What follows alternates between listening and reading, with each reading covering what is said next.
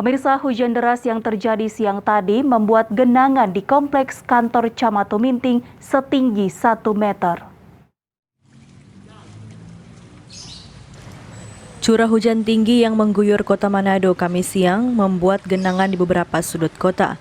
Walaupun relatif tidak lama, hujan deras siang tadi menurut warga di kompleks kantor Camat Tuminting langsung membuat genangan air setinggi 1 meter dan masuk ke rumah warga. Salah seorang warga mengaku hal ini sudah berlangsung puluhan tahun dan belum mendapatkan solusi yang terbaik dari pemerintah. Karena itu setengah jam itu air so naik. Tingginya sampai berapa ini, Pak?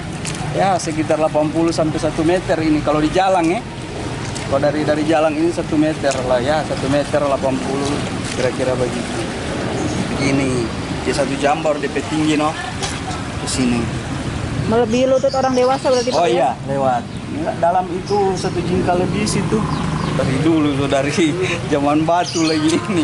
Kan kok dari berapa lama kata kok? Jadi bertahun-tahun, Pak? Aduh, berapa abad lagi kalau ada. Jadi sudah puluhan tahun ya, Pak, iya, begini kondisinya? Nah, memang dulunya dari begitu tuh. Berharap pemerintah memberi solusi terkait kondisi di lokasi ini agar hal yang mengganggu keselamatan warga tidak terjadi. Queen Simatau melaporkan untuk Kawan Wa TV.